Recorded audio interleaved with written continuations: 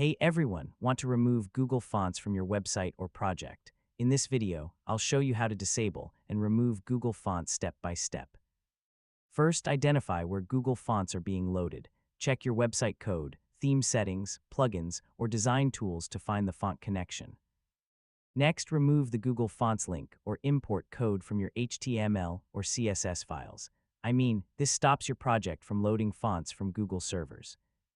If you are using WordPress, open your theme or plugin settings and disable Google Fonts if there is an available option. For website builders or e-commerce platforms, check the typography settings and replace Google Fonts with System Fonts or another font option. Next, remove any downloaded Google Font files if you are using self-hosted fonts on your website. After making changes, clear your website cache and browser cache to make sure the old fonts are no longer loading. Finally, test your website and check that all text displays correctly with the new font settings, and that's how to remove Google Fonts.